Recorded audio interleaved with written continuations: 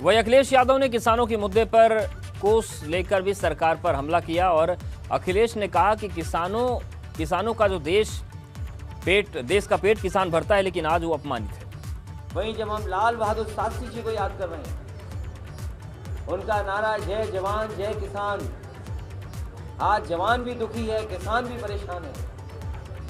और किसी देश में जो किसान हमें कपड़े देता है, जो किसान हमारा पेट भरता है, उसे कभी इतना अपमानित नहीं होना पड़ा होगा। आज जो सरकार में लोग हैं, आज किसानों को भी अपमानित होना पड़ रहा है। उनको न जाने किन किन शब्दों से बुलाया जा रहा है, आतंकवादी तक कहा जाता है। इसलिए आज ये भी संकल्प लेना है कि किसान हमारा खुशहाल होगा तो हमारा देश भी खुशहाल होगा। देश की अर्थव्यवस्था अगर कोई बचा सकता है तो हमारा किसान बचा सकता है। इस देश के किसान भारतीय जनता पार्टी की विदाई कर देंगे और आज गांधी जयंती के दिन संकल्प लेते हैं कि विदाई होनी तय है। वहीं अखिलेश यादव ने गांधी जयंती के मौके पर ट्वीट के जरिए महात्मा गांधी और पूर्व प्रधानमंत्री लाल बहादुर शास्त्री को नमन किया और सत्ता पक्ष पर निशाना साधा। अखिलेश ने लिखा कि राष्ट्रपिता महात्मा गांधी और शास्त्री जी की जयंती पर नमन। कुछ लोग देश में झूठ और हिंसक मनोवृत्ति का प्रचार प्रसार कर रहे हैं। सीमाएं अशांत हैं, किसानों का अपमान हो रहा है। अतः आज इन सच्चे देश प्रेमियों के सत्य, अहिंसा व जय जवान जय किसान के सिद्धांत और भी प्रासंगिक हो उठे।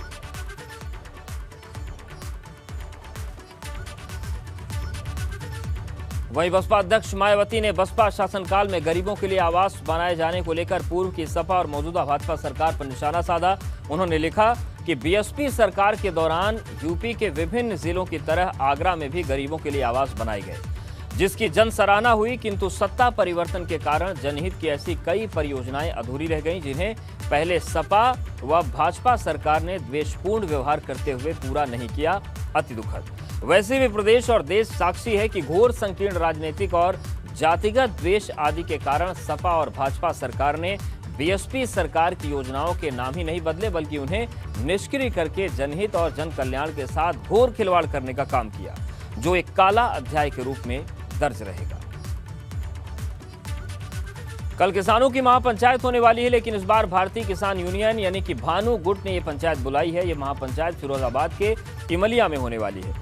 पश्चिमी यूपी के लाखों किसानों के आने की संभावना है। इस महापंचायत में किसानों की समस्याओं से जुड़े मुद्दों को उठाया जाएगा।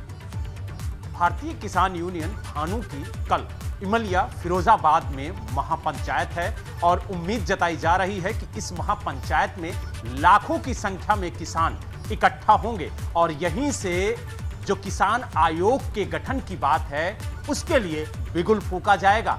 इसमें कई प्रदेश सरकार के नेता और मंत्री भी शिरकत कर सकते हैं। इस वक्त हमारे साथ भारतीय किसान यूनियन के कुछ नेता और पदाधिकारी मौजूद हैं। हम उन्हीं से बात करेंगे कि आखिरकार इस महापंचायत के जरिए किसानों की किन समस्याओं को उठाया जाएगा और किन समस्याओं को लेकर के ये महापंचायत बुलाई गई है। हमारे साथ जो प्रदेश प्रवक्ता हैं भारतीय किसान यूनियन भानु के मास्टर जी, वो मौजूद हैं। हम उन्हीं से जानने की कोशिश करेंगे कि इस महापंचायत में लगभग कितने लोग पहुंचेंगे और इस महापंचायत का उद्देश्य क्या है। मास्टर जी, इस महापंचायत में कम से कम 3 से 4 लाख किसानों के जुटने की बात है और जो उद्देश्य है, हम पिछले 30-40 साल से हमारे किसान यूनियन भानु ये संघर्षरत रही है कि सभी तरीके के आयोग बने हुए हैं, चाहे महिला आयोग हो या कोई पिछड़ा आयोग हो, दुनिया भर के आयोग बने हुए, लेकिन इस देश को जो पेट पालने वाला किसान है उस किसान का आयोग नहीं बना। उस किसान आयोग की मांग को लेकर के हमारी ये महापंचायत है और उसमें हमारे राष्ट्रीय अध्यक्ष जी ने पहले से ही आह्वान कर रखा है कि किसान आयोग बने और किसान आयोग में केवल किसान हो, कोई राजनेता उसमें ना हो, ताकि क्योंकि किसान को ही पता है कि फसल में जो भी फसल बूती है उसमें कितना बीज लगता है, कितना खाद डलता है, कितनी उसमें खरपतवार के लिए दवाइयाँ डाली जाती है, कितनी उसमें लेबर लगती है, कितनी मेहनत होती है। उन सारी चीज़ों की जो कॉस्ट निकल के आती है वो केवल किसान जानता है। यानी कुल मिला के ये कहा जा सकता है कि भारतीय किसान यूनियन भानु की महापंचायत को सफल बनाने के लिए पश्चिमी उत्तर प्रदेश में जो भी पदाधिकारी हैं वो जी जान से जुटे हुए हैं ताकि ये महापंचायत सफल हो और एक संदेश जाए उन किसानों के लिए जो लगातार अपनी मांगों को लेकर के संघर्ष लड़ रहे हैं।